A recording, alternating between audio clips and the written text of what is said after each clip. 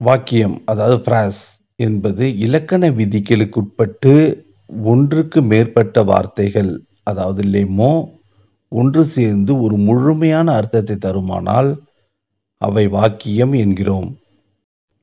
அதாவது ஒரு ஃப்ராஸில் இலக்கண விதிகளுக்கு உட்பட்டுனா சுஜே, வெர்பு கோஞ்சுகே,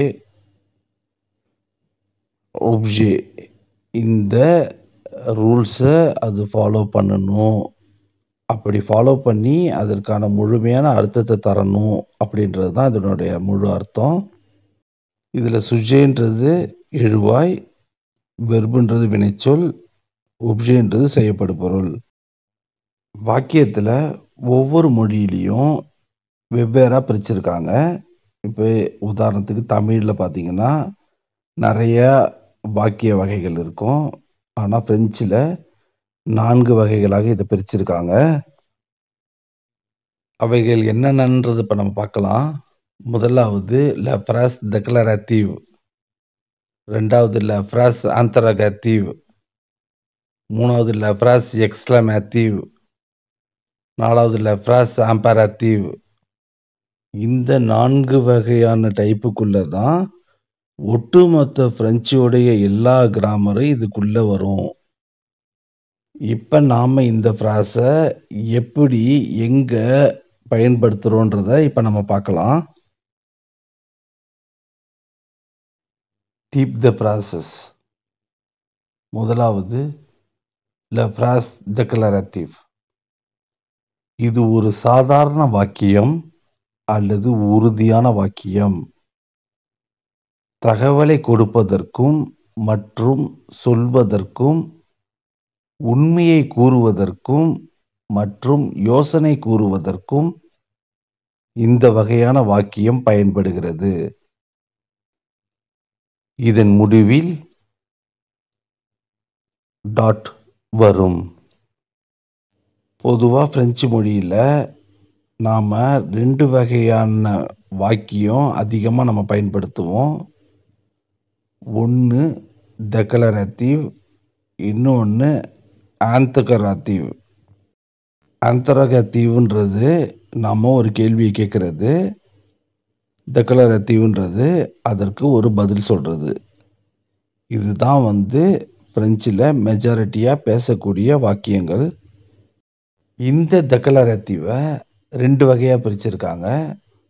அதில் முதலாவது ல ஃப்ராஸ் டெக்லரேட்டிவ் அஃபிர்மேட்டிவ், ரெண்டாவது ல ஃப்ராஸ் டெக்லரேட்டிவ் நெகட்டிவ். இந்த 2 வகையான வாக்கியத்தை நாம் எப்படி பயன்படுத்துகிறோன்றதை நம்ம இப்போ பார்க்கலாம். அதில் முதலாவது ல ஃப்ராஸ் டெக்லரேட்டிவ் அஃபிர்மேட்டிவ். நாம் கூறும் தகவலில் ஆம் அல்லது சரி என்று பொருள்படுமானால் அந்த வகையான வாக்கியத்தை ல ஃப்ராஸ் டெக்லரேட்டிவ் அஃபிர்மேட்டிவ் என்று அழைக்கிறோம். இந்த வகையான வாக்கியத்தில் இது ஒரு சாதாரணம் அல்லது ஒரு உறுதியான ஒரு செயலை குறிக்கிற ஒரு வாக்கியம். இந்த வாக்கியத்தில் நாம் எதிர்மறையான வார்த்தைகளை பயன்படுத்தக்கூடாது. இது போன்ற வாக்கியத்தை தான் நாம் ல ஃப்ராஸ் டெக்லரேட்டிவ் அஃபிர்மேட்டிவ்னு நம்ம சொல்கிறோம். பொதுவாக இந்த வாக்கியம் பாசிட்டிவாக இருக்கணும். அதாவது ஆம், சரி அப்படின்ற வர மாதிரி இருக்கணும். நெகட்டிவ் வார்த்தையை பயன்படுத்தக்கூடாது. அதாவது எதிர்மறை வார்த்தைகள் உங்களுக்கு தெரியலன்னா நான் என்னுடைய 71வது மற்றும் 80வது வீடியோவில் போட்டிருக்கேன். அதை போய் ஒரு தடவை பார்த்துக்குங்க. அப்போ தான் உங்களுக்கு எதிர்மறை வாக்கியம் வார்த்தைகள் என்னென்னன்றது தெரியும். இதற்கு ஒரு உதாரணத்தை நம்ம பார்க்கலாம். இல் மாஞ்சு இன் பீஸா, அவன் ஒரு பீஸா சாப்பிடுகிறான். டெக்லரேட்டிவோட 2வது வகை ல ஃப்ராஸ் டெக்லரேட்டிவ் நெகட்டிவ். நாம் கூறும் தகவலில் இல்லை, சரியில்லை மற்றும் எதிர்மறையான பொருள் தருமானால் அந்த வகையான வாக்கியத்தை ல ஃப்ராஸ் டெக்லரேட்டிவ் நெகட்டிவ் என்று அழைக்கின்றோம். இந்த வகையான வாக்கியத்தில் நாம் எதிர்மறையான வார்த்தைகளை இதில் நம்ம பயன்படுத்துவோம். ஒரு உதாரணத்தை நம்ம இப்போ பார்ப்போம். Il ne mange pas de pizza. அவன் பீஸா சாப்பிடுவதில்லை. இரண்டாவது, la phrase interrogative. ஒரு தகவலை பெறுவதற்கும் மற்றும் கேள்வியை கேட்பதற்கும் இந்த வகையான வாக்கியம் பயன்படுகிறது. இந்த வாக்கியத்தின் முடிவில் கேள்விக்குறி வரும். இந்த வாக்கியத்தை நம்ம என்னன்னு சொல்றோம்னா கேள்வி வாக்கியம் சொல்றோம். பொதுவா எல்லா மொழியிலையும் கேள்வின்றது ரொம்ப ரொம்ப ஒரு முக்கியமான ஒன்றாகும். இதை பயன்படுத்தி தான் நம்ம ஒரு இன்ஃபர்மேஷனை, அதாவது தகவலை இது மூலியமா தான் பெற முடியும். இது 2 வகைகளாக பிரிக்கப்படுகிறது. முதலாவது la phrase interrogative affirmative, இரண்டாவது la phrase interrogative negative. interrogative-ல முதலாவது la phrase interrogative affirmative. affirmative-னாவே பாசிட்டிவான ஒரு ரிசல்ட்டை தரக்கூடியது. கேள்வியில பாசிட்டிவா எப்படி வருதுன்றதை நம்ம இப்போ பார்க்கலாம். நாம் கேட்கும் கேள்வியில் ஆம் அல்லது சரி என்று பொருள்படுமானால் மற்றும் எதிர்மறை வார்த்தைகள் இல்லாமல் இருந்தால் அந்த வகையான வார்த்தையை la phrase interrogative affirmative என்று அழைக்கிறோம். ஒரு உதாரணத்தை நம்ம இப்போ பார்க்கலாம். Est-ce qu'il mange de la pizza? அவன் பீஸா சாப்பிடுகிறானா? interrogative-ல இரண்டாவது la phrase interrogative negative. நாம் கேட்கும் கேள்வியில் எதிர்மறை வார்த்தைகள் இருந்தால் அந்த வகையான வாக்கியத்தை la phrase interrogative negative என்று அழைக்கிறோம். உங்களுக்கு இந்த கேள்வி வாக்கியத்தை எப்படி பயன்படுத்துறோம்னு இது மூலமா தெரிஞ்சிருக்கும். இந்த கேள்விக்குள்ள நாம எதிர்மறை வார்த்தைகளான ne pas, ne plus, ne jamais அது போன்ற வார்த்தைகளை இதில் நம்ம பயன்படுத்தி ஒரு கேள்வியை நம்ம கேட்கணும். இப்போ நாம் ஒரு உதாரணத்தை பார்க்கலாம். Est-ce qu'il ne mange pas de pizza? அவன் பீஸா சாப்பிடுவதில்லையா? மூணாவதா நம்ம பார்க்க இருக்கிறது la phrase exclamative. நாம் உணர்வுகளை வெளிப்படுத்த, உதாரணத்துக்கு மகிழ்ச்சி, கோபம் மற்றும் ஆச்சரியம் போன்ற செயல்களை குறிப்பதற்கு இந்த வகையான வாக்கியம் பயன்படுகிறது. இந்த வாக்கியத்தின் முடிவில் ஆச்சரியக்குறி வரும். இந்த வகையான வாக்கியத்தில் நாம் ஒரு ஆச்சரியமான செயல், மகிழ்ச்சியான செயல், கோபமான செயல், துக்கமான செயல் போன்ற உணர்ச்சிகள், அதாவது எமோஷன் சொல்லுவாங்களே, அதேமாரி உள்ள சுச்சுவேஷனில் நாம் இதேமாரி வாக்கியத்தை பயன்படுத்துகிறோம். இது 2 வகைகளாக பிரிக்கப்படுகிறது. முதலாவது la phrase exclamative affirmative, இரண்டாவது la phrase exclamative negative. exclamative-ல முதலாவது la phrase exclamative affirmative. நாம் கூறும் உணர்வுபூர்வமான வாக்கியத்தில் ஆம் அல்லது சரி என்று பொருள்படுமானால் அந்த வகையான வாக்கியத்தை la phrase exclamative affirmative என்று அழைக்கிறோம். இந்த வாக்கியத்தில் நம்ம பாசிட்டிவாக வரணும், ஏன்னா அது அஃபர்மேட்டிவ். அப்போ நம்ம நெகட்டிவ் வார்த்தை இதில் பயன்படுத்தக்கூடாது. இதில் எப்போ இது பயன்படுதுன்னா ஆச்சரியமான ஒரு வார்த்தையை சொல்லும் பொழுது நாம் இதை பயன்படுத்துகிறோம். இதுக்கு ஒரு உதாரணத்தை நம்ம பார்க்கலாம். J'ai peur. நான் பயப்படுகிறேன். அடுத்ததாக la phrase exclamative negative. நாம் கூறும் உணர்வுபூர்வமான வாக்கியத்தில் இல்லை, சரியில்லை மற்றும் எதிர்மறையான பொருள் தருமானால் அந்த வாக்கியத்தை la phrase exclamative negative என்று அழைக்கிறோம். உதாரணத்திற்கு je n'ai pas peur. நான் பயப்படவில்லை. நான்காவது la phrase imperative. கட்டளை, பணிவு, அறிவுரை போன்ற செயல்களை கூறுவதற்கு இந்த வகையான வாக்கியம் பயன்படுகிறது. இதன் முடிவில் டாட் ஆச்சரியக்குறி வரும். இந்த வார்த்தையின் முடிவில் டாட் ஆச்சரியக்குறி அப்படின்றது ரெண்டும் வராது. ஏதாவது ஒன்று புள்ளியாவது அல்லது ஆச்சரியக்குறியாவது ஏதாவது ஒன்று வரும். இது 2 வகைகளாக பிரிக்கப்படுகிறது. முதலாவது la phrase impérative affirmative, இரண்டாவது la phrase impérative négative. impérative-ல முதலாவது la phrase impérative affirmative. நாம் கூறும் கட்டளை, பணிவு, அறிவுரை வாக்கியத்தில் ஆம் அல்லது சரி என்று பொருள்படுமானால் இந்த வகையான வாக்கியத்தை la phrase impérative affirmative என்று அழைக்கிறோம். பொதுவாக அஃபிர்மேட்டிவ்னாவே நமக்கு எதிர்மறையான வார்த்தைகள் எதுவுமே இதில் வரக்கூடாது இந்த வாக்கியத்தில். ஏன்னா இது ஒரு பாசிட்டிவாக இருக்கக்கூடிய ஒரு வாக்கியம். உதாரணத்திற்கு அத்தாந்தேவு காத்திருங்கள். ஆம்பரேட்டிவ்ல அடுத்தது la phrase impérative négative. நாம் கூறும் கட்டளை, பணிவு, அறிவுரை வாக்கியத்தில் இல்லை, சரியில்லை மற்றும் எதிர்மறையான பொருள் தருமானால் அந்த வகையான வாக்கியத்தை la phrase impérative négative என்று அழைக்கிறோம். உதாரணத்திற்கு n'attends pas ou ne pas attendre, காத்திருக்காதே அல்லது காத்திருக்க வேண்டாம். உங்கள் அனைவருக்கும் வணக்கம். இப்போ நாம் பார்க்குறது நோம், அதாவது பெயர்ச்சொல். இதுக்கு முன்னாடி நாம் லெமோ, அதாவது வார்த்தைகள் அப்படின்னா என்னன்றது பார்த்தோம், வாக்கியம் என்னன்னு பார்த்தோம். இப்போ நம்ம அடுத்தது பார்க்குறது நோம், அதாவது பெயர்ச்சொல். இது வினைச்சொல்லுக்கு அடுத்தபடியாக ரொம்ப ரொம்ப முக்கியமாக பயன்படுறது இந்த பெயர்ச்சொல். பெயர்ச்சொல் என்பது ஒரு வார்த்தை. அதை நாம் ஒரு இடத்துக்கோ அல்லது ஒரு பொருளுக்கோ அல்லது ஒரு தனிப்பட்ட மனிதனை குறிக்க அதை நாம் பயன்படுத்துகிறோம். இதை தான் நாம் பெயர்ச்சொல், அதாவது நோம்னு சொல்கிறோம்.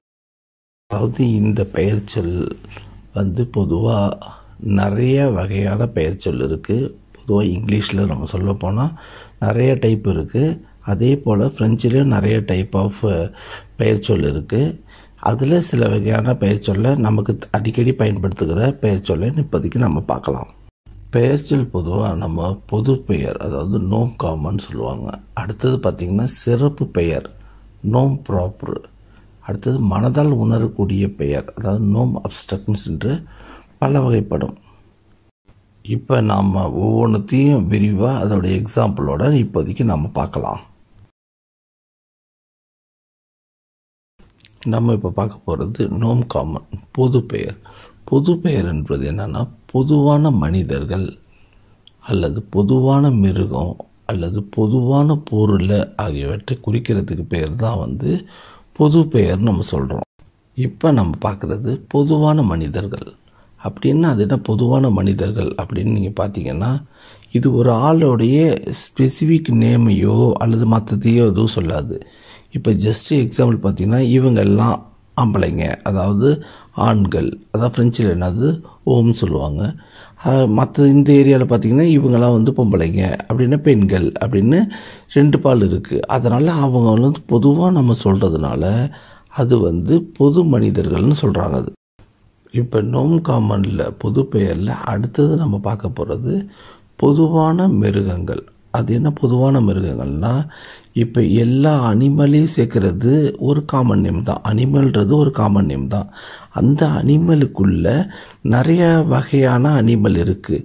ஜஸ்ட் எக்ஸாம்பிள் பார்த்திங்கன்னா நாய், பாம்பு, ஆடு, சிங்கம், புலி, இப்படி நிறைய உள்ள தனித்தனியான உள்ள விலங்குகளை மட்டும் நம்ம பொதுவான மிருகங்கள் சொல்கிறோம். இப்போ இந்த நாய் நீங்கள் பார்த்தீங்கன்னா அந்த நாய்க்குள்ளே பல வகையான நாய்கள் இருக்குது. அதெல்லாம் நம்ம பார்த்தா அது ப்ராப்பர் நவ், அது தனிப்பட்ட நவுனை வந்து ஸ்பெசிஃபை பண்ணுறதுனால அது ப்ராப்பர் நவுன்னு சொல்லுவாங்க. இதே வந்து டோட்டலாக நாய்கள்னு சொல்கிறதுனால அதை வந்து நம்ம நாய்களோ பாம்புகள்லாம் பார்த்திங்கன்னா அந்த வகைக்குள்ளே நிறைய டைப் ஆஃப் தண்ணி பாம்பு, மலைப்பாம்பு, இப்படி நிறைய டைப் ஆஃப் பாம்பு. அதே போல் ஆட்டு வகைகளில் பார்த்திங்கன்னா இப்போ நார்மலாக வந்து செம்மறி ஆடு, இப்போ நாட்டு ஆடு, இதேமாரி நிறைய டைப்பு ஆடுகள்லாம் இருக்கும். இதெல்லாம் நம்ம வந்து சேர்த்து நம்ம அதை வந்து ஆடுன்னு தான் நம்ம சொல்கிறோம். அதேமாரி இதை நம்ம ஃப்ரெஞ்சில் சொல்கிறதா இருந்தால் நாயின்னு சொன்னால் ஷியன்னு சொல்லுவாங்க. அதுமாரி பாம்பு, சர்ப்பன், ஆடு, ஷேவ்ரு, இதேமாரி சொல்கிறது எல்லாமே பொதுவான மிருகங்கள் அப்படின்னு சொல்கிறது. இதாவது நோம் காமனை குறிக்குது. இதெல்லாம் நோம் காமனில் நம்ம அடுத்தது பார்க்க போகிறது பொதுவான பொருள். இப்போ ஜஸ்ட் எக்ஸாம்பிள் பார்த்தீங்கன்னா கார், அதாவது வச்சூர், திரைப்படம், ஃபில்ம், அணி, எக்யூப், நாள், ஜூர்னே, நூல், லீவ்ரு, உணவகம், ரெஸ்தோரம், நாடு, பேய், நகரம், பீல். இது எப்படின்னா இது வந்து ஒவ்வொன்றும் வந்து ஒரு குரூப்பான பெயரை காமனாக நம்ம சொல்கிறது. அதனால் வந்து இது வந்து பொதுவான பெயர்னு சொல்கிறோம். நம்ம இந்த பொதுவான பெயருக்குள்ள ஒவ்வொரு சிறப்பு பெயரையும் நம்ம அடுத்த இதில் நம்ம பார்ப்போம். ஏன் நான் அப்படி சொன்னேன்னா பொதுவான பொருளுக்கும் அதாவது சிறப்பு பொருளுக்கும் உள்ள வித்தியாசம் உங்களுக்கு வந்து சொன்னாதான் தெரியும். மேக்சிமம் ஃப்ரெஞ்சில் வந்து இந்த ரெண்டு காமன் நவுனும் ப்ராப்பர் நவுனும் தான் வந்து அதிகமாக வந்து யூஸ் பண்ணுவாங்க. வாங்க நம்ம அடுத்தது நோம் ப்ராப்பர்னு என்னன்றதை பார்க்கலாம். இப்போ நம்ம பார்க்குறது நோம் ப்ராப்பர், அதாவது சிறப்பு பெயர். சிறப்பு பெயர்னால் ஒரு குறிப்பிட்ட மனிதருடைய பெயரையோ அல்லது ஒரு குறிப்பிட்ட மிருகத்துடைய பெயரையோ அல்லது ஒரு குறிப்பிட்ட பொருளில் பெயரையோ நம்ம ஸ்பெசிஃபிக்காக நம்ம சொன்னோன்னா அது வந்து சிறப்பு பெயர்னு சொல்கிறது. இப்போ நம்ம வந்து ஒரு குறிப்பிட்ட மனிதர்கள்னால் இப்போதைக்கு இப்போ ஆம்பளைங்க, ஆண்கள், பெண்கள் என்ன ரெண்டு குரூப்பில் வந்து இப்போ ஆண்கள் அப்படின்னு சொல்லும் போது சில பேரை வந்து இவர் வந்து ராம், இவர் வந்து மைக்கேல், இவர் வந்து ஆண்டனி அப்படின்னு சொல்லிட்டு ஸ்பெசிஃபிக்காக இந்த குரூப்பில் உள்ள ஆம்பளைங்களோட பேரை வந்து தனித்தனியாக அவரை தெரியப்படுத்துறதுக்காக தனியாக இண்டிவிஜுவலாக நம்ம சொல்கிறோம். அதே போல் இந்த ஏரியாவில் உள்ள பெண்களை வந்து நம்ம குறிக்கணும் அப்படின்னா இவங்க வந்து மேரி, இவங்க வந்து மாரியம்மாள் அப்படின்றது ஒவ்வொரு தனியான ஒவ்வொரு பேரை சொல்லி நம்ம குறிக்கிறது வந்து சிறப்பு பெயர். அதாவது ஒரு மனிதனுக்குள்ள சிறப்பு பெயர்னு நம்ம சொல்கிறோம்.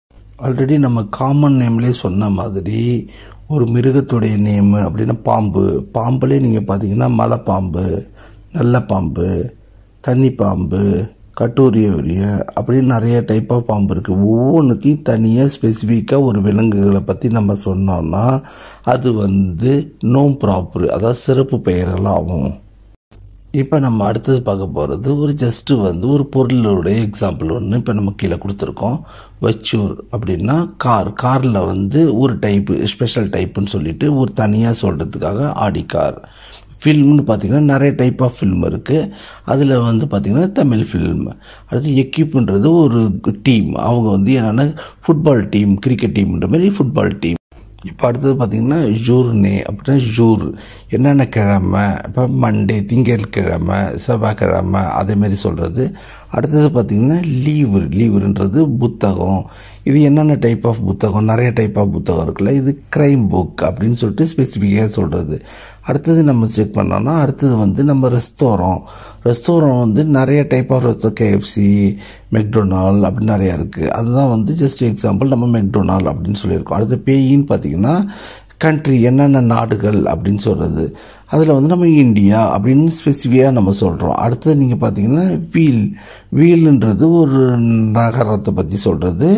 அது வந்து எங்கன்னு பார்த்தீங்கன்னா சென்னை, பாரிஸ், லண்டன் அதேமாரி சொல்கிறதுனால அது ஒரு நகரத்தையும் தனித்தனியாக நம்ம சொல்கிறதுனால நம்ம வந்து இது வந்து நோம் ப்ராப்பர்னு நம்ம சொல்கிறோம். அது பெயர் சொல்ல கடைசியாக பார்க்குறது நோம் அப்ஸ்ட்ரக்ட், அதாவது மனத்தால் உணரக்கூடிய பெயர்னு சொல்லுவாங்க. இதை அது என்ன மனத்தால் உணரக்கூடிய பெயர்னு சொல்கிறதுன்னா, அது நம்ம தொட்டு பார்க்கவோ அது மற்றபடி அனலைஸ் பண்ணவோ அதை முடியாது. அது வந்து என்னென்னா அதை வந்து ஒரு இந்த ஃபீலிங்ஸை நம்மளால் உணர முடியும். அதை தான் நம்ம வந்து என்ன சொல்கிறோம்னா மனதால் உணரக்கூடிய பெயர், அதான் நோம் அப்ஸ்ட்ராக்ட்னு இதை நம்ம சொல்கிறோம். இப்போ ஜஸ்ட்டு எக்ஸாம்பிள் பார்ப்போம்.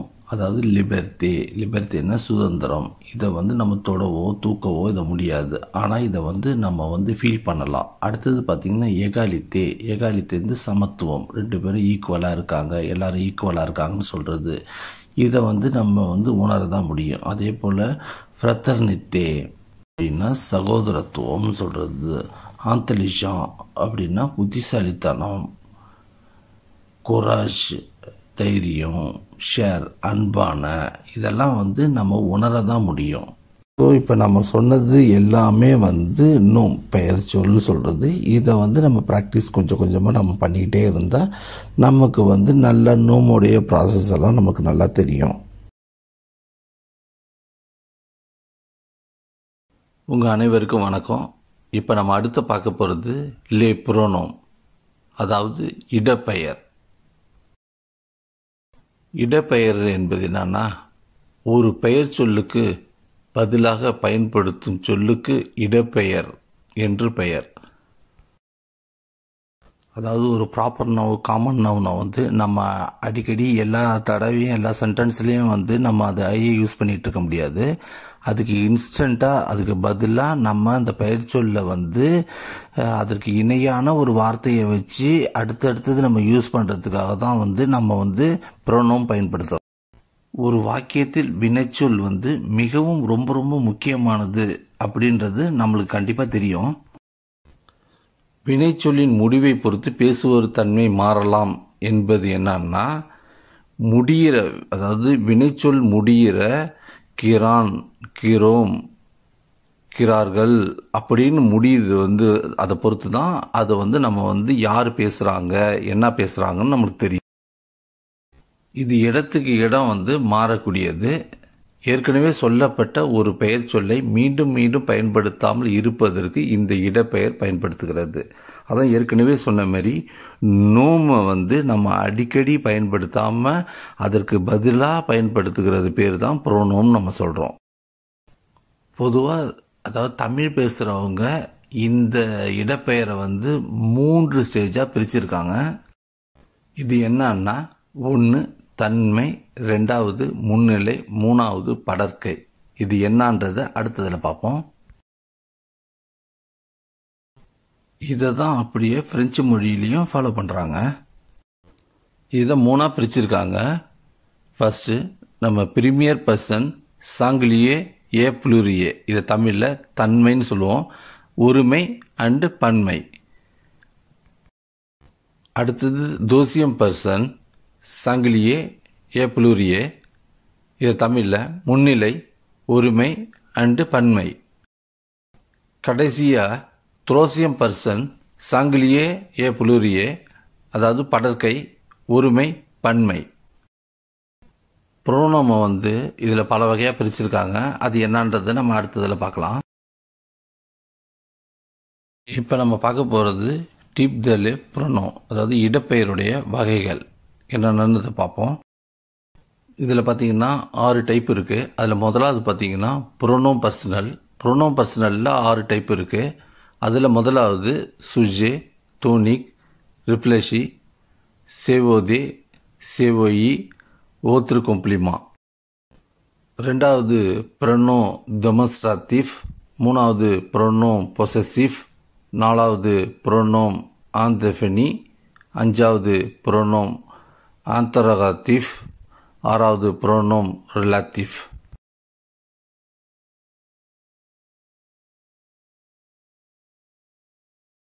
உங்க அனைவருக்கும் வணக்கம். இன்னைக்கு நம்ம பார்க்க இருக்கிறது உரிச்சொல், அதாவது லஜக்தீவ். நீங்க யாராவது என் சேனலுக்கு புதியவரா இருந்தா கீழே இருக்கிற சப்ஸ்கிரைப் பட்டனை பிரஸ் பண்ணிட்டு கூடவே பெல் ஐக்கானையும் பிரஸ் பண்ணிடுங்க.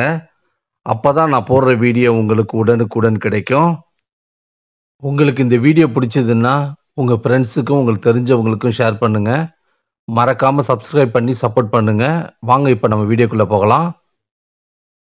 இன்னைக்கு நம்ம பார்க்க இருக்கிற கிராமர் டாபிக் வந்து உரிச்சொல், அதாவது அட்ஜெக்டிவ். இது பிரெஞ்சில் மிகவும் பயனுள்ள மற்றும் முக்கியமான டாபிக்ல இதுவும் ஒன்று. பிரெஞ்சு எக்ஸாமுக்கு ப்ரிப்பேர் பண்ணுறவங்க கண்டிப்பாக இதை தெரிஞ்சு வச்சிருக்கணும். பொதுவாக பிரெஞ்சு கிராமரில் மொத்தம் 9 வகையான வார்த்தைகளை நீங்கள் கேள்விப்பட்டிருப்பீங்க. அது என்னன்னா le nom, le pronom, le verbe, l'adjectif, l'article, l'adverbe, la préposition, la conjonction et la interjection. இந்த 9 வகையான வார்த்தைகளை பயன்படுத்தி தான் நாம் பிரெஞ்சு வாக்கியத்தை அமைக்க முடியும். இந்த 9 வகையில் le nom, le pronom, le verbe, l'article இந்த 4 பற்றி நாம் ஏற்கனவே வீடியோ போட்டிருக்கோம். அது சம்பந்தமாக சொல்லியிருக்கோம். இன்னைக்கு நாம் 5வதாக இந்த உரிச்சொல், அதாவது அட்ஜெக்டிவை பற்றி இன்னைக்கு நம்ம பார்க்க போகிறோம். பெயர்ச்சொல், அதாவது நோம் மற்றும் மாற்று பெயரை, அதாவது ப்ரனோம், சிறப்பிக்க, வரையறுக்க மற்றும் கூடுதலான தகவல்களை அளிக்க நாம் பயன்படுத்தும் வார்த்தையே உரிச்சொல், அதாவது l'adjectif என்கிறோம். இதை நாம் சிம்பிளாக சொல்கிறதா இருந்தால் பெயர்ச்சொல் மற்றும் மாற்றுப்பெயர், அதாவது நோமு ப்ரொனோமை நாம் ஸ்பெசிஃபிக்காக அதை பற்றி கூடுதலான தகவலை நாம் பெறுற மாதிரி இருந்ததுன்னா அப்போ பயன்படுத்தும் வார்த்தை தான் நாம் அட்ஜெக்டிவ்ன்றோம். இது சம்பந்தமாக நாம் சில உதாரணங்களை பார்க்கும்போது உங்களுக்கு தெளிவாக தெரியும். இது பிரெஞ்சு மொழியில் ஆண்பால் பெண்பாலுக்கு ஏற்ப மாறும் வடிவம் பெற்றது. முதல்ல பிரெஞ்சு மொழியில் மாறும் வடிவம், மாறாத வடிவம் அப்படின்னா இந்த 9க்கு எந்தெந்தது மாறும் வடிவம், மாறாத வடிவம், ஆண்பாலுக்கு பெண்பாலுக்கு ஒருமை பன்மைக்கு எப்படி மாறுது அப்படின்னு முதல்ல நம்ம தெரிஞ்சுக்கணும். இது சம்பந்தமாக நான் வேரியபிள் வேரியபிள்னு ஒரு வீடியோ போட்டிருக்கேன். இது சம்பந்தமாக என்னுடைய 23வது வீடியோவில் நான் தெளிவாக சொல்லியிருக்கேன். வடிவம் மாறக்கூடியதுன்னு நீங்கள் பார்த்தீங்கன்னா le nom, le pronom, l'article, l'adjectif, le verbe, இந்த 5 தான் வடிவம் மாறக்கூடியது. அதாவது ஆண்பாலுக்கு ஒரு வார்த்தை, பெண்பாலுக்கு ஒரு வார்த்தை அப்படின்னு ஒரே வார்த்தை 2த்துக்கும் மாறி சொல்லக்கூடிய வடிவம் பெற்றது இது. இதில் நான் சொல்கிற ஒரே வார்த்தைன்றது தமிழில் ஒரு வார்த்தையை நம்ம எடுத்துக்கிட்டோன்னா அதை பிரெஞ்சில் சொல்லும் பொழுது இந்த 5க்கும் ஆண்பாலுக்கு ஒரு வார்த்தையாகவும் பெண்பாலுக்கு ஒரு வார்த்தையாகவும் அல்லது அதனுடைய முடிவில் எழுதுகிற ஒரு எழுத்து மட்டும் மாறி இருக்கலாம். இந்த 5ஐயும் தவிர மீதி இருக்கிற 4 நீங்கள் பார்த்தீங்கன்னா நாம் எடுத்துக்கிற ஒரு வார்த்தையானது ஆண்பாலுக்கும் பெண்பாலுக்கும் ஒரே வார்த்தையாக தான் பயன்படுத்துகிற மாதிரி இருக்கும். இந்த வித்தியாசத்தை நீங்கள் தெரிஞ்சுக்கிட்டா தான் பிரெஞ்சு வாக்கியத்தை எளிமையாக அமைக்கலான்றதுக்காக தான் நான் மறுபடியும் உங்களுக்கு நான் சொல்கிறேன். அட்ஜெக்டிவில் அடுத்தது நாம் தெரிஞ்சுக்கிறது என்னன்னா, இந்த வார்த்தையை பெயர்ச்சொல் மற்றும் மாற்று பெயர், அதாவது நோமுக்கும் ப்ரொனோமுக்கும் முன்னாடியோ அல்லது பின்னாடியோ இதை பயன்படுத்தலாம்.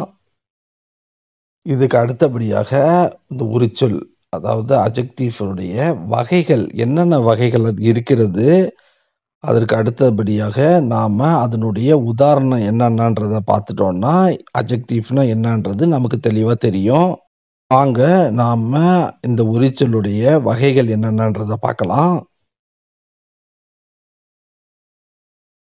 பிரெஞ்சு மொழியில் உரிச்சொல்லை 7 வகைகளாக பிரிக்கலாம். அவைகளானவன: type de adjectif, முதலாவது l'adjectif qualificatif பண்பு உரிச்சொல், இரண்டாவது l'adjectif possessif உடைமை உரிச்சொல், மூணாவது l'adjectif démonstratif சுட்டு உரிச்சொல்.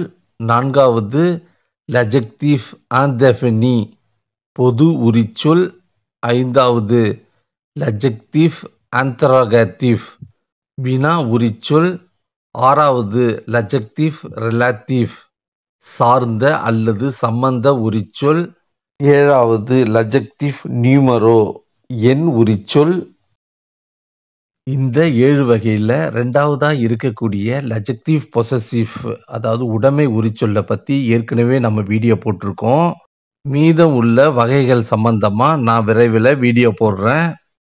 இப்ப நாம நோமுக்கு முன்னாடி அட்ஜெக்டிவை எவ்வாறு பயன்படுத்துறதுன்றதையும், நோமுக்கு அப்புறம் எவ்வாறு அட்ஜெக்டிவை பயன்படுத்துறதுன்றத பத்தியும், ப்ரோனோம்ல எவ்வாறு நாம அட்ஜெக்டிவை பயன்படுத்துறோன்றத பத்தியும், இது இல்லாம பொதுவாக அட்ஜெக்டிவ்க்கு உதாரணம் எப்படி வருதுன்றத பத்தியும் நாம இப்ப பார்க்கலாம். l'adjectif avant le nom பெயர் சொல்லுக்கு முன் உரிச்சொல் வருதல். un grand nom ஒரு பெரிய அல்லது உயரமான ஆண். இதுல un grand nom ஆன்றது ஆர்டிக்கல், கிரான்றது அட்ஜெக்டிவ், ஓம்ன்றது நோம். இதுல ஆண் என்பது பெயர் சொல்லு. இந்த ஆணை சிறப்பிக்கிற அல்லது கூடுதல் தகவலை பெறக்கூடிய வார்த்தைகளானவன. இந்த ஆண் உயரமா இருக்கலாம், இல்லது குட்டையா இருக்கலாம், திறமையான ஆளா இருக்கலாம், அல்லது தைரியமான ஆளா இருக்கலாம், இல்லது கோழையான ஆளா இருக்கலாம். இது சம்பந்தமா சிறப்பிக்கிற வார்த்தையை தான் நாம உரிச்சொல் அதாவது அட்ஜெக்டிவ் அப்படின்னு நம்ம சொல்றோம்.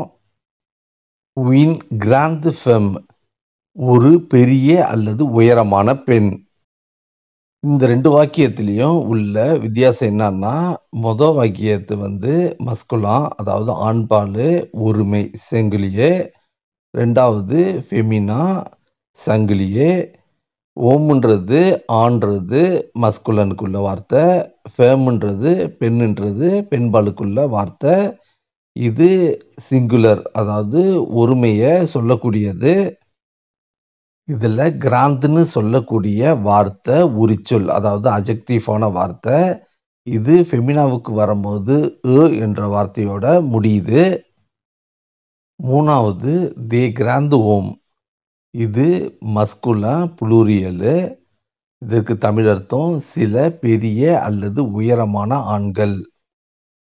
4வது வாக்கியத்துல தே கிராந்து ஃபெம் ஃபெமினா புளூரியலு சில பெரிய அல்லது உயரமான பெண்கள்.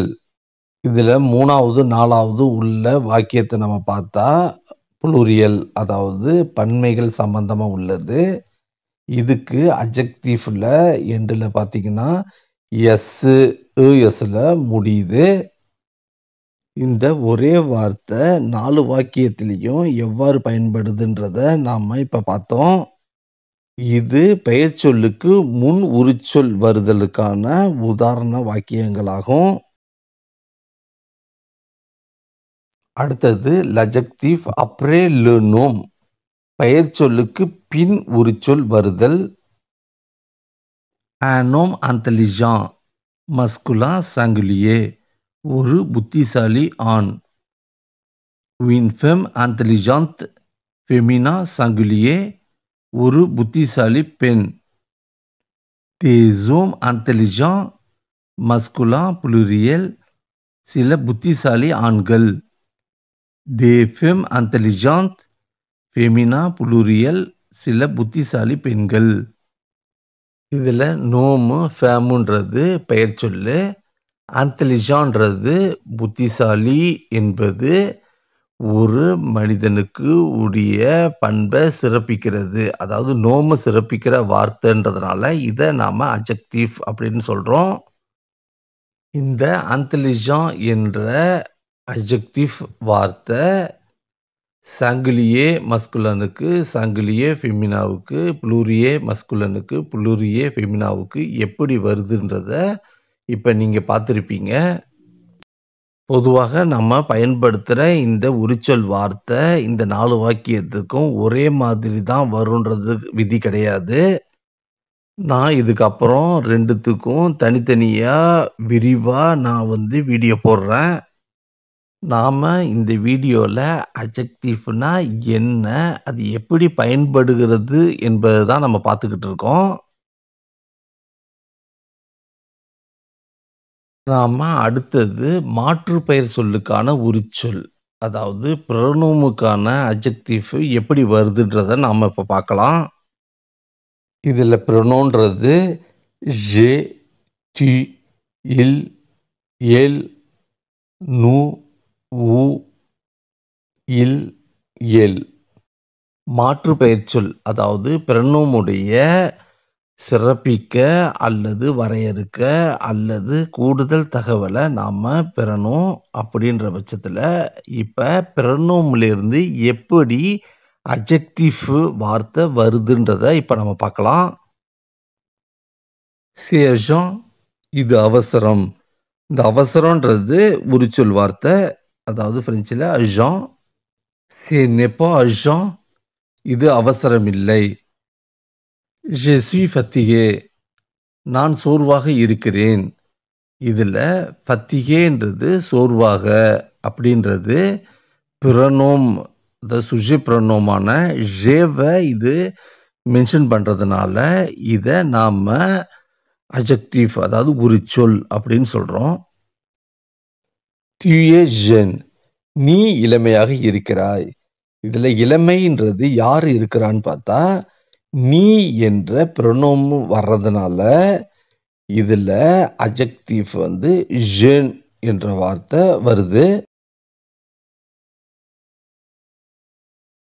il est beau, அவன் அழகாக இருக்கிறான். இதுல யார் அழகா இருக்கா? அவன். இதுல அவன்றது மாற்று பெயர் அதாவது ப்ரொனோமு. அதனால அழகாகன்றது உரிச்சொல். இதுதான் நம்ம பிரெஞ்சில் போ உரிச்சொல் வார்த்தையாகும். ஏல் ஏ பெல், அவள் அழகாக இருக்கிறாள். இதுல அவள் அழகாக இருக்கிறதுனால இந்த அவள்ன்றது ப்ரொனோம சம்பந்தப்பட்டு வர்றதுனால இந்த அழகாக அதாவது பெல்லு அட்ஜெக்டிவ் வார்த்தை. nous sommes intelligents, நாங்கள் புத்திசாலிகளாக இருக்கிறோம். இதுல புத்திசாலி யாருன்னு பார்த்தா நாங்கள். அதனால புத்திசாலி அட்ஜெக்டிவ், அது பிரெஞ்சில் intelligent. vous êtes gros, நீங்கள் குண்டாக இருக்கிறீர்கள். இதுல யாரு குண்டா இருக்கிறாங்கன்னா நீங்கள் என்ற சொல்லக்கூடிய ப்ரொனோம் அதாவது மாற்று பெயரால் தான் குண்டா இருக்கிறதுனால இதை ஸ்பெசிஃபிக் பண்ற குண்டாக அதாவது க்ரோ என்ற வார்த்தை அட்ஜெக்டிவ். ils sont petits, அவர்கள் குள்ளமாக அல்லது சிறியவர்களாக இருக்கிறார்கள். இதுல அவர்கள் குள்ளமா இருக்கிறதுனால அவர்களை இது மென்ஷன் பண்றதுனால இந்த பெத்தி அதாவது குள்ளமா இருக்கிறதுன்றது அட்ஜெக்டிவ் அதாவது உரிச்சொல் வார்த்தை. elles sont grandes, அவர்கள் பெரியவர்களாக இருக்கிறார்கள். இதுல அவர்கள் பெரியவர்கள் அதாவது அவர்கள மென்ஷன் பண்றதுனால இந்த கிராந்துன்றது உரிச்சொல் வார்த்தை. எக்ஸாம்பிள் த அட்ஜெக்டிவ், உரிச்சொல் உதாரணங்கள். j'ai acheté une maison neuve, நான் ஒரு புதிய வீட்டை வாங்கினேன். இதுல மெசோன்றது நோம் வார்த்தையாகும். அதை ஸ்பெசிஃபிக் பண்றதுனால நூன்றது அட்ஜெக்டிவ் வார்த்தையாகும். இது adjective après le nom. tu joues avec the meilleur ami, இதுல அமி என்ற வார்த்தை நோம் வார்த்தை. அதை சிறப்பிக்கிற வார்த்தையான மெய்யர் அப்படின்றது அட்ஜெக்டிவ் வார்த்தை. இதுல மெய்யர் என்பது l'adjectif avant le nom. la petite fille aime le chocolat, சின்ன பெண்ணுக்கு சாக்லேட் பிடிக்கும். இந்த வாக்கியத்துல ஃபீ என்ற வார்த்தை பெயர் சொல் வார்த்தை. அந்த ஃபீயை சிறப்பிக்கிற பெத்தித் என்ற வார்த்தை அட்ஜெக்டிவ் வார்த்தை ஆகும். nous mangeons un repas délicieux, நாங்கள் ஒரு சுவையான உணவை சாப்பிடுகிறோம். இதில் ரப்பா என்பது நோமு. இந்த டெலிசியோன்றது ரொம்ப சுவையான அப்படின்ற ஒரு ஸ்பெசிஃபிக்கான ஒரு பெயர் சொல்ல அதிகப்படுத்துறதுனால இது வந்து நம்ம அஜெக்டிவ் அப்படின்னு சொல்கிறோம். இல் லீஸ் த லீவ்ரு ஆந்தரசான். அவர்கள் சுவாரஸ்யமான சில புத்தகங்களை படித்தார்கள். இதில் லீவ்ருன்றது நோமு. அதாவது புத்தகம் எப்படி இருக்கு, சுவாரஸ்யமா இருக்கு, அதனால அது கூடுதலா நம்ம நோமை பத்தி சொல்றதுனால இந்த ஆந்தரசான்றது அட்ஜெக்டிவ் வார்த்தை. உங்க அனைவருக்கும் வணக்கம். நாம் அடுத்தது பார்க்க போகிறது லேஸ் அட்ஜெக்டிவ் பொசசிவ். அட்ஜெக்டிவ் பொசசிவ்ன்றது ஆக்சுவலாக இது வந்து என்னுடையது, இது உன்னுடையது, அவனுடையது, அவளுடையது, நம்முடையது, உங்களுடையது, அவர்களுடையது அப்படின்னு சொல்கிறது தான் வந்து நம்ம அட்ஜெக்டிவ் பொசசிவ்னு சொல்கிறோம். இந்த அட்ஜெக்டிவ் பொசசிவ் எல்லா சப்ஜெக்ட்டுக்கும் என்னென்ன வருன்றதை நம்ம டேப்லர் காலம் போட்டு நான் இதை எக்ஸ்பிளைன் பண்ணியிருக்கேன். வாங்க இப்போ அதை நம்ம பார்க்கலாம். அதாவது ஜே, மோ, எனது, என்னுடையது, தீக்கு, தோ, உனது, உன்னுடையது, இல், அதாவது சோ, அவனது, அவனுடைய, அதனுடைய, நூ அப்படின்றது நோத்திரு, நமது, எங்களது, ஊன்றது ஓத்திரு, உமது, உங்களது, ஏல், லர், அவர்களது, அவைகளின், இதெல்லாம் வந்து மஸ்குலனுக்கு வரும். ஃபெமினாவுக்கு பார்த்தா ஜே, மா, எனது, என்னுடையது, தி, தா, உனது, உன்னுடையது, எல், சா, அவன், அவளது, அவளுடைய, அதனுடைய, நூ, நோத்திரு, நமது, எங்களது, உ, ஓத்திரு, உமது, உங்களது, எல், லர், அவர்களது, அவைகளின்.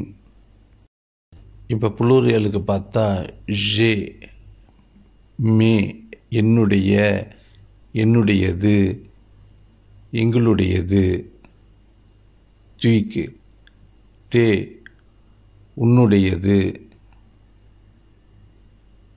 இல், ஏழு, சே, அவனுடையது, அவனுடைய, அவளுடைய, அவளுடையது, அதனுடைய, அதனுடையது,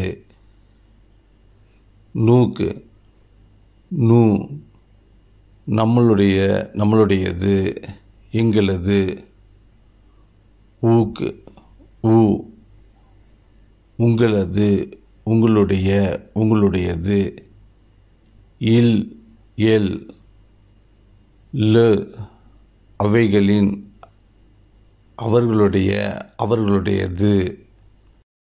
இப்போ இந்த டேப்லர் காலத்தை நம்ம ஞாபகம் வச்சுக்கிட்டா நம்ம அட்ஜெக்டிவ் பொசசிவ் வந்து நமக்கு ஈஸியாக வந்து மெமரைஸில் இருக்கும். இப்போ நம்ம ஒரு சில எக்ஸாம்பிள் பார்த்தா அட்ஜெக்டிவ் பொசசிவ் உங்களுக்கு நல்லா தெரியும். வாங்க இப்போ நம்ம எக்ஸாம்பிள் பார்ப்போம்.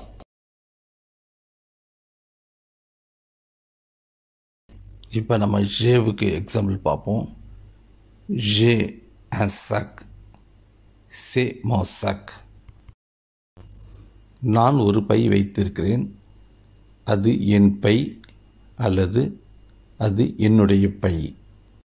இப்போ நாம் பார்த்தது மஸ்குலனுடைய எக்ஸாம்பிள். சாக்குன்றது ஒரு மஸ்குலன் வேர்டு. அது வந்து சேஞ்ச் ஆகும்போது என்னுடைய பையன்னு சொல்கிறது மோ சாக் அப்படின்றது மாறி வரும். அதுதான் அட்ஜெக்டிவ் பொசசிவ்னு நம்ம சொல்கிறது. இப்போ நம்ம அடுத்து பார்க்க போகிறது ஒரு ஃபெமினாவுக்கு உள்ள ஒரு எக்ஸாம்பிள். ஜே வின் தாப்ளு, சே மா தாப்ளு. நான் ஒரு மேஜை வைத்திருக்கிறேன், அது என் அல்லது என்னுடைய மேஜை. இதில் வந்து உயின் தாபுலுன்றது ஃபெமினாவுக்குள்ள வேர்டு. அது அட்ஜெக்டிவ் பொசசிவாக மாறும்போது மா தாபுலுன்னு மாறுது. மா தாபுலுன்றது என்னுடைய மேஜைன்றதை குறிக்கிறது. அடுத்தது நம்ம புளூரியலுக்குள்ள எக்ஸாம்பிள் பார்ப்போம். j'ai des cahiers. Ce sont mes cahiers. நான் நோட்டு புத்தகங்கள் வைத்திருக்கிறேன். அவை எனது அல்லது என்னுடைய நோட்டு புத்தகங்கள். அதாவது தே கையே அப்படின்றது புளூரியல். ஏன்னா நோட்டு புத்தகங்கள்னு சொல்கிறது சேஞ்ச் ஆகும்போது மே கையே அப்படின்ற புளூரியலாக அது மாறுது.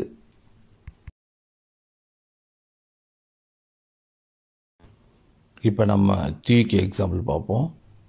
தீ வயலம், செத்தம் வயலம். அதாவது நீ ஒரு வயலின் வைத்திருக்கிறாய், அது உனது அல்லது உன்னுடைய வயலின். அடுத்தது நம்ம ஃபெமினாவுக்கு ஒரு எக்ஸாம்பிள் பார்ப்போம். துயா வின் கித்தார், சேத்தா கித்தார். நீ ஒரு கித்தார் வைத்திருக்கிறாய், அது உனது அல்லது உன்னுடைய கித்தார். அடுத்தது புளூரியலுக்கு ஒரு எக்ஸாம்பிள் பார்ப்போம். துயா தேவச்சூர், சேசோம் தேவச்சூர். அதாவது நீ கார்கள் வைத்திருக்கிறாய், அவை உனது அல்லது உன்னுடைய கார்கள். இதில் வயலாம் தோவயலாம் மாறுது, வின் கித்தார் தா கித்தார்னு மாறுது, தேவச்சூர் தேவச்சூர்னு மாறுது. இதில்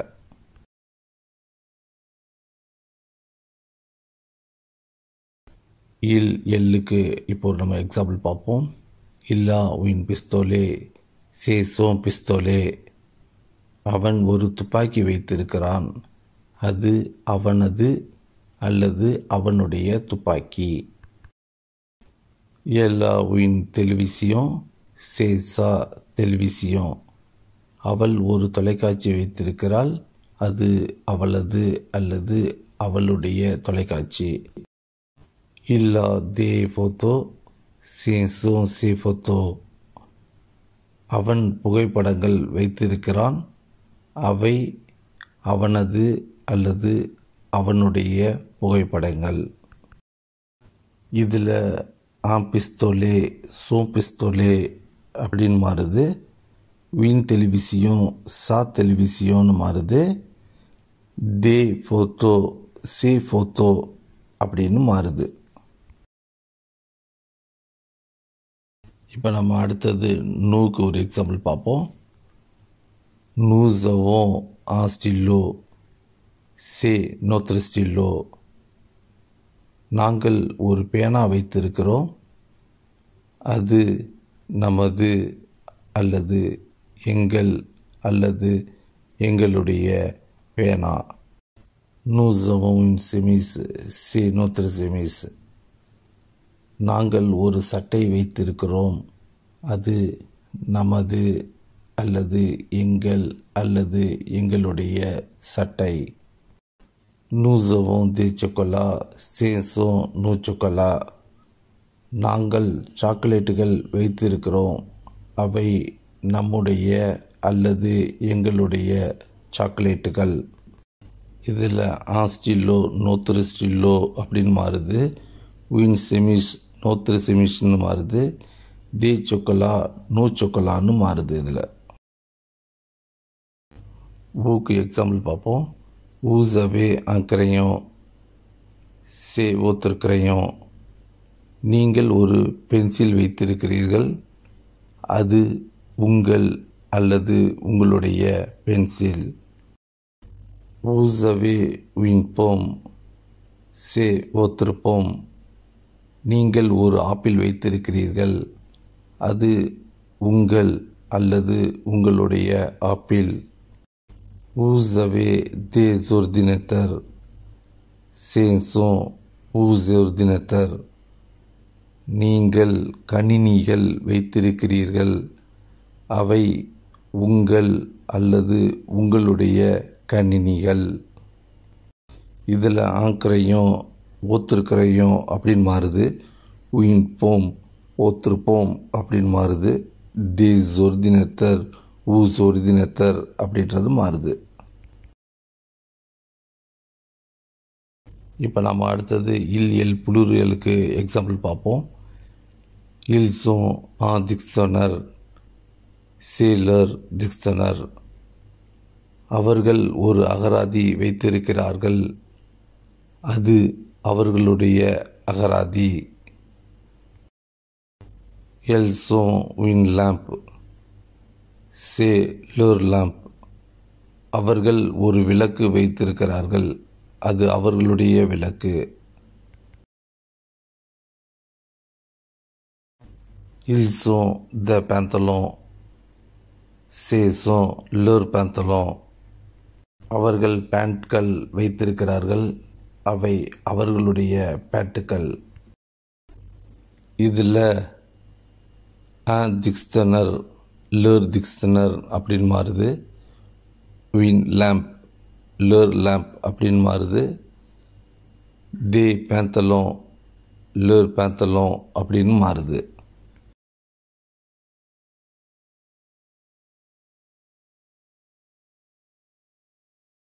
உங்க அனைவருக்கும் வணக்கம். இன்னைக்கு நம்ம பார்க்க இருக்கிறது லட்வெர்ப், அதாவது வினை உரிச்சொல். நீங்கள் யாராவது என் சேனலுக்கு புதியவராக இருந்தால் கீழே இருக்கிற சப்ஸ்கிரைப் பட்டனை ப்ரெஸ் பண்ணிவிட்டு கூடவே பெல் ஐக்கானையும் ப்ரெஸ் பண்ணிவிடுங்க. அப்போ தான் நான் போடுற வீடியோ உங்களுக்கு உடனுக்குடன் கிடைக்கும். வாங்க இப்போ நம்ம வீடியோக்குள்ளே போகலாம். இன்னைக்கு நம்ம பார்க்க இருக்கிற தலைப்பு அட்வெர்பு, அதாவது வினை உரிச்சொல். இதுக்கு முன்னாடி நாம் பார்த்தது அட்ஜெக்டிவ், அதாவது பெயர் உரிச்சொல். பொதுவாக பெயர் உரிச்சொல் என்பது கொஞ்சம் எளிமையான ஒன்று. அதை விட கொஞ்சம் கஷ்டமாக இருக்கும் இந்த அட்வெர்பு, அதாவது இந்த வினை உரிச்சொல். ஏன் நான் அதேமாரி சொல்கிறேன்னா, அட்ஜெக்டிவ்ல நவுனை சிறப்பிக்கிறதுக்காக பயன்படுத்துகிற வார்த்தை.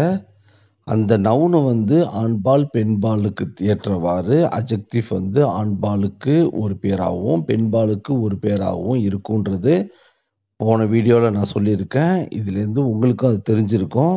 இந்த அட்வெர்பும் ஒன்றும் பெரிய கஷ்டம் கிடையாது. நீங்களே பார்க்க போகிறீங்க. இந்த வீடியோ முடிவில் உங்களுக்கு அட்வெர்புன்றது ரொம்ப எளிமையாக இருக்குன்றதை நான் நம்புகிறேன். பொதுவாக ஒரு வாக்கியத்தில் மிகவும் முக்கியமானது ஒன்றுன்னு நம்ம தெரிஞ்சு வச்சுக்க வேண்டியது என்னன்னா, l'article, les noms, les verbes, l'adjectif, l'adverbe, preposition. இப்போ நான் சொன்னது எல்லாமே ஒரு வாக்கியத்தை அமைக்கிறதுக்கு மிகவும் இன்றியமையாத ஒன்று. அந்த வரிசையில் நாம் இன்னைக்கு பார்க்க போகிறது அட்வெர்பு, அதாவது வினையுரிச்சொல். பொதுவாக வினைச்சொல்லை, அதாவது வெர்பை சிறப்பிக்க, வரையறுக்க மற்றும் கூடுதலான தகவலை அளிக்க, மேலும் வினைச்சொல்லின் பொருளை முற்று பெற வைக்க நாம் பயன்படுத்தும் வார்த்தையே வினையுரிச்சொல், அதாவது லட்வெர்ப் என்கிறோம். இதிலிருந்து நாம் தெரிஞ்சுக்கிறது என்னன்னா, அட்வெர்பு, அதாவது வினையுரிச்சொல் என்பது வினைச்சொல்லை சிறப்பிக்கிற வார்த்தை தான் அட்வெர்பு, அதாவது வினையுரிச்சொல். இது பெரும்பாலும் வினைச்சொல்லை சிறப்பிக்க பயன்படுத்தப்பட்டாலும் சில சமயங்களில் சில வகையான சொற்களுக்கு மற்றும் வாக்கியத்திற்கு, உதாரணத்திற்கு அட்வெர்பு, அட்ஜெக்டிவ் மற்றும் ஃப்ரேஸ், கூடுதலான தகவல்களை அளிக்க இந்த வினையுரிச்சொல்லை பயன்படுத்துகிறோம். இதிலிருந்து அட்வெர்புன்றது வெர்புக்கு மட்டும் ஸ்பெசிஃபை பண்ணுறது கிடையாது, அட்ஜெக்டிவ்க்கும் ஸ்பெசிஃபை பண்ணோம், அட்வெர்புக்கே அட்வெர்பு ஸ்பெசிஃபை பண்ணோம், ஒரு வாக்கியத்துக்கு அதாவது ஃப்ரேஸுக்குமே ஒரு அட்வெர்பு ஸ்பெசிஃபை பண்ணோம். எவ்வளவுக்கு அதிகமாக நாம் இந்த கான்செப்டை புரிஞ்சுக்கிறோமோ அப்போ நமக்கு அட்வெர்பு ஒரு பெரிய பிரச்சனை கிடையாது. நான் முதல்ல சொன்னது போல இந்த வீடியோ முடியறதுக்குள்ள உங்களுக்கு அட்வெர்புனா என்னன்றது உங்களுக்கு தெளிவாக புரியும். நான் ஏற்கனவே சொன்னது போல வினையுரிச்சொல்லை சிறப்பிக்க, கூடுதலான தகவலை அளிக்க, பொருளின் அர்த்தத்தை மாற்ற மற்றும் பொருளை முற்ற முற்று பெற வைக்க நாம் வினையுரிச் சொல்லை பயன்படுத்துகிறோம். இதிலிருந்து நாம தெளிவா ஒண்ணு தெரிஞ்சுக்க வேண்டியது என்னன்னா, அட்வெர்ப்ன்றது வெர்ப பேஸ் பண்ணி தான் அட்வெர்ப் வரப்போகுது. அந்த அட்வெர்புக்குள்ளேயே அதை சிறப்பிக்கிற மாதிரி இன்னொரு அட்வெர்பு இருக்கும். அடுத்தது உரிச்சொல்லை, அதாவது லட்ஜெக்டிவை சிறப்பிக்க, வரையறுக்க, கூடுதலான தகவலை அளிக்க, பொருளின் அர்த்தத்தை மாற்ற மற்றும் பொருளை முற்று பெற வைக்க வினையுரிச் சொல்லை, அதாவது அட்வெர்பை பயன்படுத்துகிறோம். ஏற்கனவே சொன்னது போல இந்த அட்ஜெக்டிவ் அப்படின்றது நோம், அதாவது பெயர் சொல்ல சிறப்பிக்கிறதுக்காக தான் நாம அட்ஜெக்டிவை பயன்படுத்துகிறோம், அதாவது உரிச்சொல்ல பயன்படுத்துகிறோம். இந்த உரிச்சொல்லுக்கு சிறப்பிக்கிறதுக்காக அந்த வாக்கியத்திலே அட்வெர்பும் வரும். வாக்கியத்தை சிறப்பிக்க, கூடுதலான தகவலை அளிக்க, பொருளை முற்று பெற வைக்க நாம் வினையுரிச் சொல்லை பயன்படுத்துகிறோம். இதிலிருந்து ஒரு வாக்கியத்துக்கே ஒரு அட்வெர்பு வரும்ன்றது தான் இதனுடைய அர்த்தம்.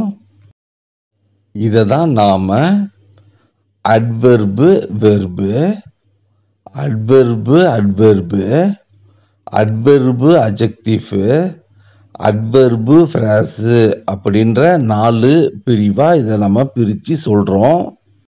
இந்த 4த்தையும் நான் உதாரணம் மூலயமா சொல்லியிருக்கேன். அதை நம்ம பார்க்கும் பொழுது உங்களுக்கு இந்த 4த்துக்கும் உள்ள வித்தியாசம் புரியும்.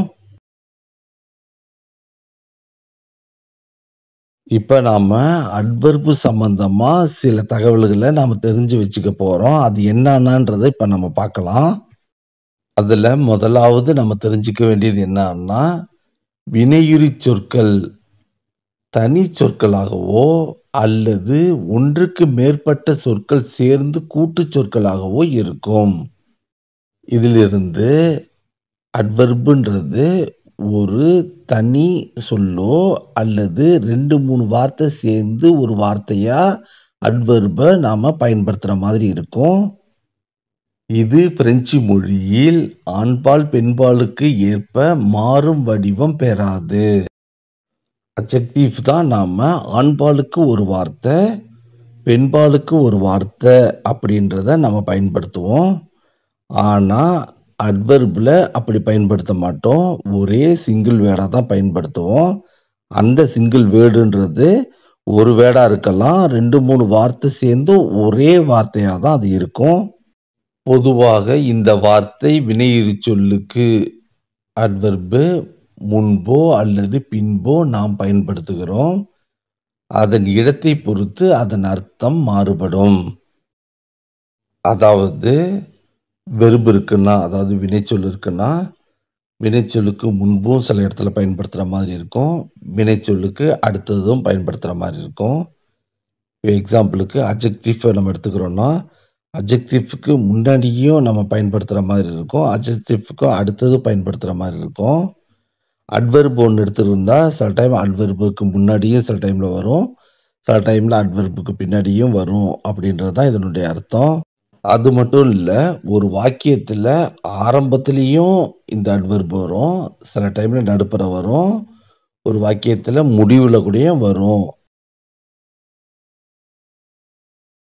பிரெஞ்சு மொழியில் வினையுரிச் சொல்லை 10 வகைகளாக பிரிக்கலாம். அவைகளானவன: முதலாவது அட்வெர்பு த லியூ, இடத்தை குறிக்கும் வினையுரிச் சொல். இரண்டாவது அட்வெர்பு த தாம், காலத்தை குறிக்கும் வினையுரிச் சொல்.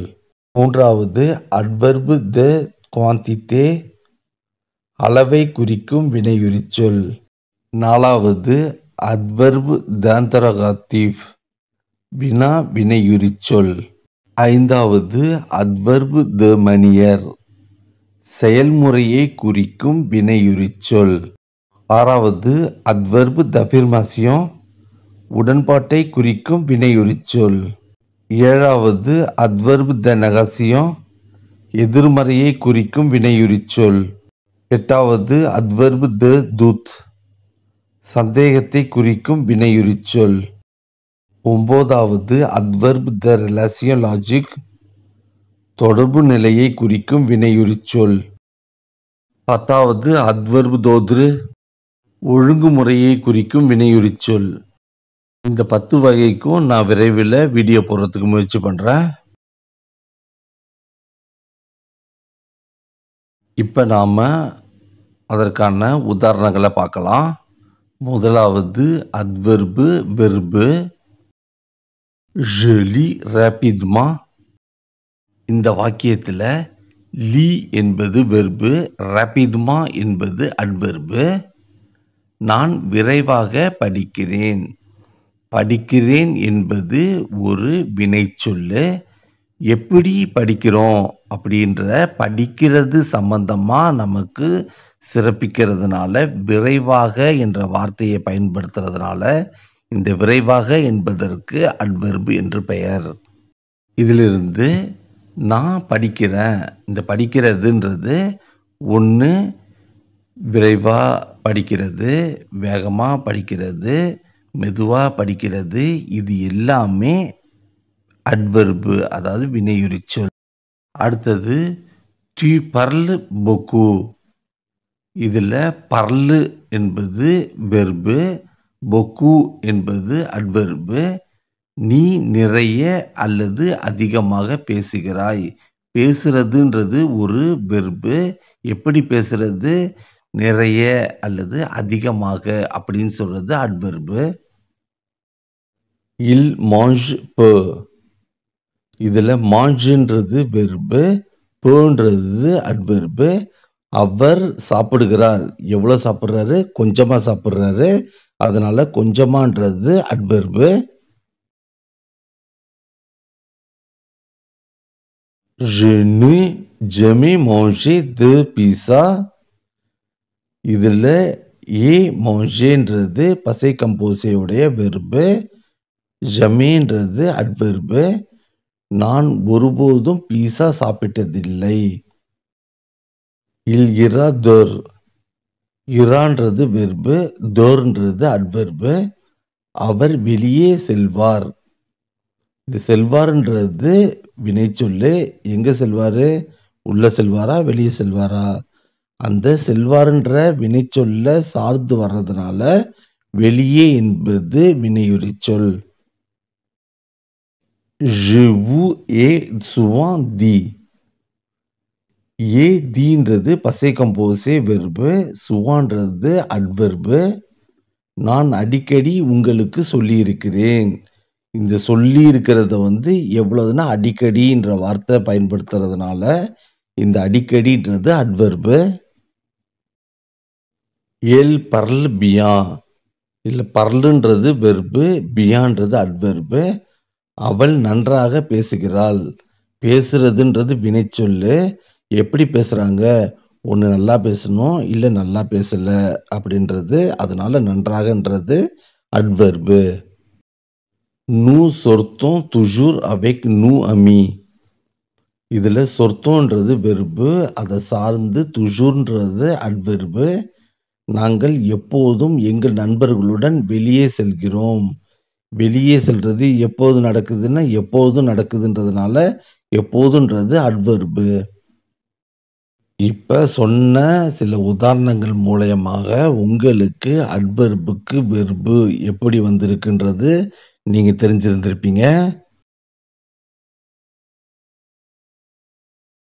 இப்ப நாம அட்வெர்பு என்னன்றத பார்க்கலாம். je lis très rapidement.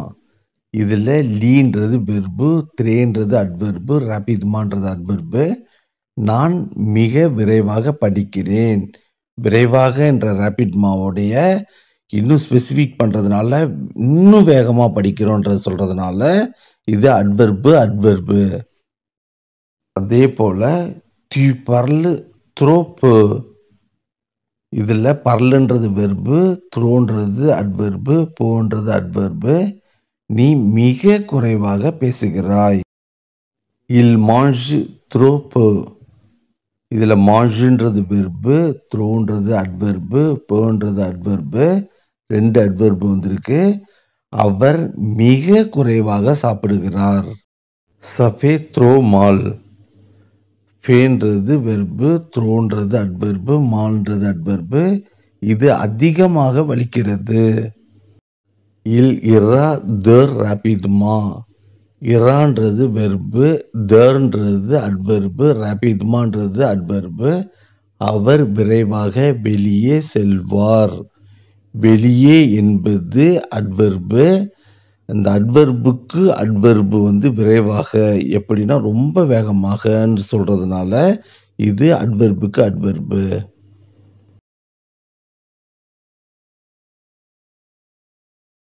இப்ப நாம அட்வெர்பு அட்ஜெக்டிவ் உதாரணம் என்னன்றதை பார்க்கலாம்.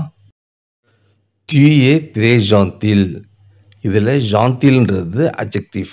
எப்படி இது அட்ஜெக்டிவ் வருதுன்னா, இது சப்ஜெக்டை சிறப்பிக்கிறதுனால இது ஜாந்தில்ன்றது அட்ஜெக்டிவா வருது. இந்த அட்ஜெக்டிவ்க்கு அட்வெர்பு த்ரேன்றதுனால இதுக்கு தமிழ் அர்த்தம் நீ மிகவும் கனிவானவன். அதாவது நீ கனிவானவன் சொல்றதை விட மிகவும் என்ற அட்வெர்பை இதுல சேர்றதுனால இது அட்வெர்புக்கு அட்ஜெக்டிவ். அதே போல சே த்ரோ தாஞ்சரு. தாஞ்சருன்றது அட்ஜெக்டிவ், த்ரோன்றது அட்வெர்பு. இதுக்கு தமிழ் அர்த்தம் இது மிகவும் ஆபத்தானது. C'est une question très difficile. இது டிஃபிசில்ன்றது அட்ஜெக்டிவ், த்ரேன்றது அட்வெர்பு. இது கடினமான, எப்படின்னா மிகவும் கடினமான, அதாவது இது மிகவும் கடினமான கேள்வி. இதிலிருந்து adverb adjective. C'est très bon. இதில் போன்றது அட்ஜெக்டிவ், த்ரேன்றது அட்வெர்பு. இது நன்றாக உள்ளது. எப்படி நன்றாக உள்ளது? மிக நன்றாக உள்ளது. நன்றாக என்ற அட்ஜெக்டிவை மிக என்ற அட்வெர்பு வர்றதுனால இது அட்வெர்பு அட்ஜெக்டிவ். L A த்ரே கோந்தோந்த். அவள் மிகவும் மகிழ்ச்சியாக இருக்கிறாள். இதில் மகிழ்ச்சியாக, அதாவது கோந்தோந்த்ன்றது அட்ஜெக்டிவ், எப்படி இருக்காங்க? மிகவும் மகிழ்ச்சியாக. அதனால த்ரேன்றது அட்வெர்பு. இதிலிருந்து அட்வெர்பு அட்ஜெக்டிவ். இப்ப நாம கடைசியா பார்க்கிறது அட்வெர்பு ஃப்ராஸுக்கான உள்ள உதாரணங்கள். சுதேன்மா ஏல் ஏ தோம்பே. இதுல அவள் விழுந்தாள். எப்படி விழுந்தாள்? திடீரென்ற சுதேன்மான்ற அட்ஜெக்டிவ் வர்றதுனால இது வாக்கிய அட்வெர்பு, அதாவது வாக்கிய வினையுரிச்சொல். Heureusement, nous avons bientôt fini. அதிர்ஷ்டவசமாக நாங்கள் விரைவில் முடித்து விட்டோம். இதில் உள்ள ஒரு வாக்கியம் நாங்கள் விரைவில் முடித்து விட்டோம். எப்படி? அதிர்ஷ்டவசமாக என்ற வார்த்தை அட்வெர்பு.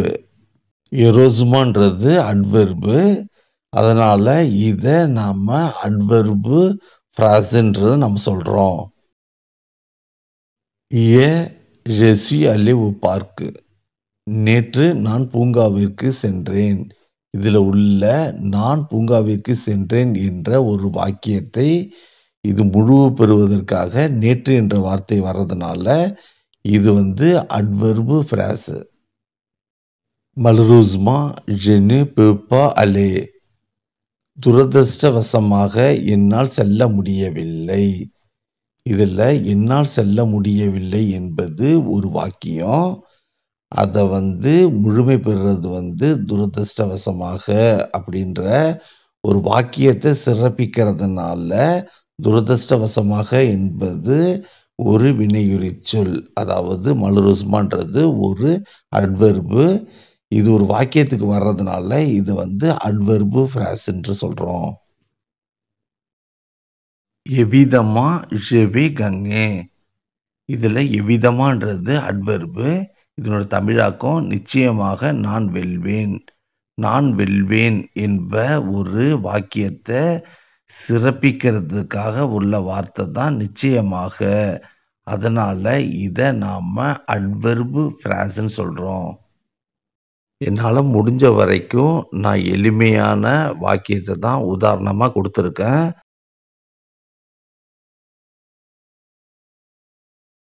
உங்கள் அனைவருக்கும் வணக்கம்.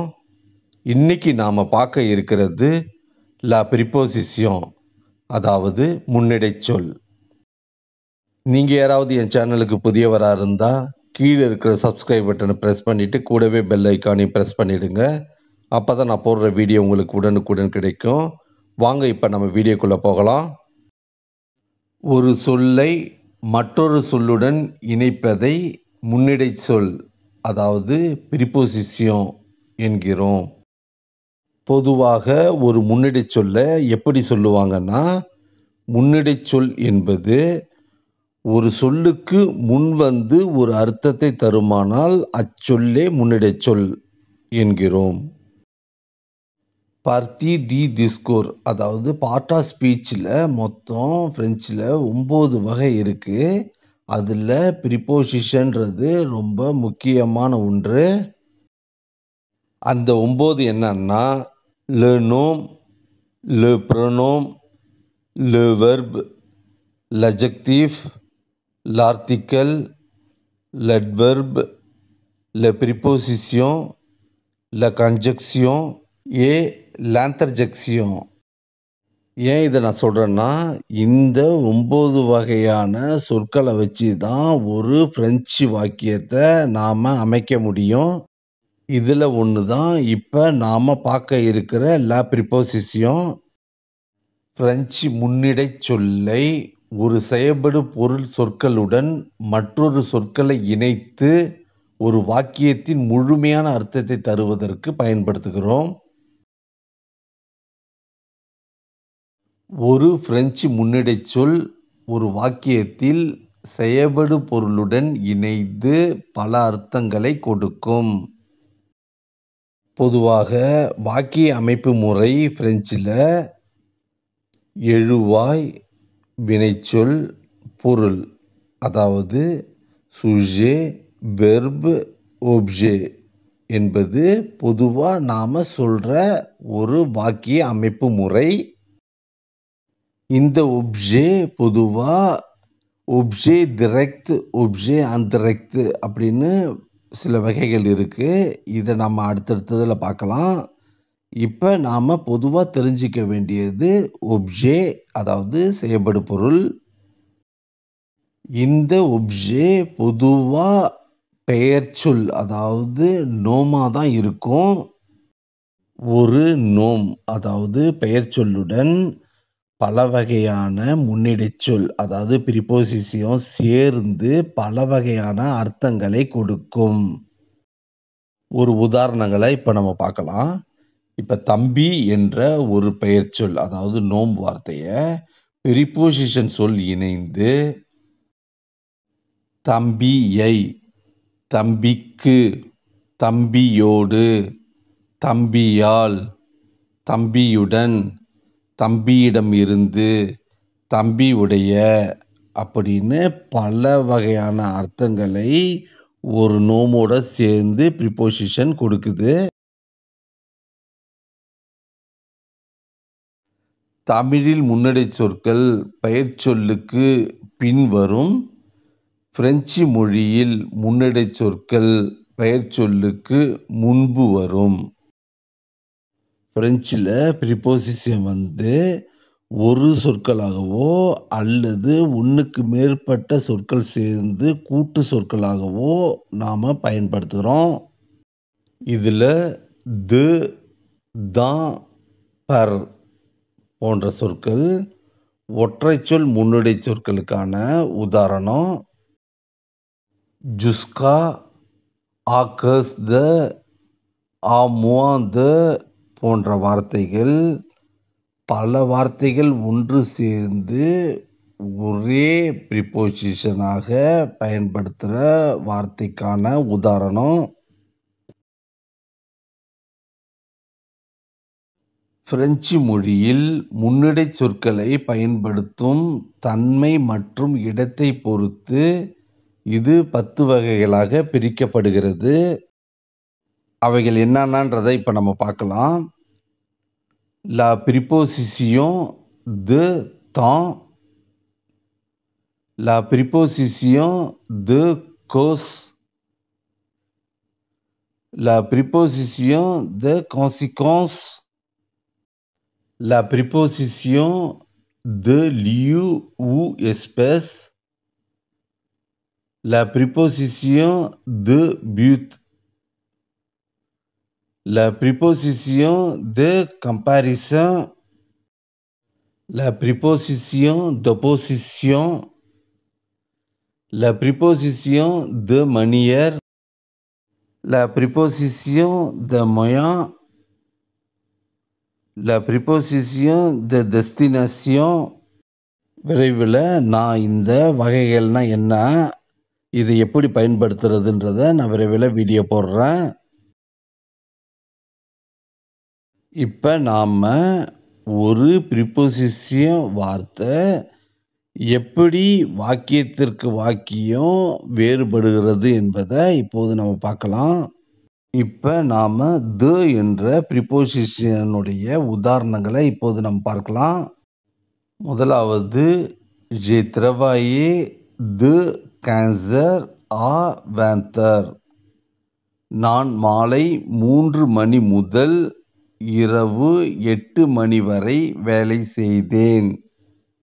இதில் த என்ற ப்ரிப்போசிஷன் வார்த்தைக்கு முதல் என்று அர்த்தம். இப்போ ரெண்டாவது எக்ஸாம்பிளை பார்ப்போம். Il vient de Bordeaux. அவர் பொர்தோவிலிருந்து வருகிறார். இதில் த என்ற ப்ரிப்போசிஷன் வார்த்தை லிருந்து என்று அர்த்தத்தை கொடுக்கிறது. மூன்றாவது உதாரணம், Il a acheté une pomme de 25 centimes. அவர் 25 காசுக்கு ஒரு ஆப்பிள் வாங்கினார். இந்த வாக்கியத்தில் த ப்ரிப்போசிஷன் அதனுடைய அர்த்தத்தை இக்கு என்று கொடுக்கிறது. நான்காவது உதாரணத்தில் La maison de Paul, பவுலின் வீடு அல்லது பவுலினுடைய வீடு. இதில் த என்ற ப்ரிப்போசிஷன் உடைய என்ற அர்த்தத்தை கொடுக்கிறது. இப்போ இந்த 4 உதாரணத்திலிருந்து த என்ற ப்ரிப்போசிஷன் அதனுடைய அர்த்தத்தை வாக்கியத்துக்கு வாக்கியம் மாற்றுகிறது என்பதை நீங்கள் தெரிஞ்சிருந்திருப்பீங்க. அடுத்தது நாம் என்ற முன்னிடை சொற்களை பார்க்கலாம். முதலாவது, Il va en classe. அவர் வகுப்புக்கு செல்கிறார். இதில் என்ற ப்ரிப்போசிஷன் இக்கு என்ற அர்த்தத்தை கொடுக்கிறது. இரண்டாவது, Elle est en colère. அவள் கோபமாக இருக்கிறாள்.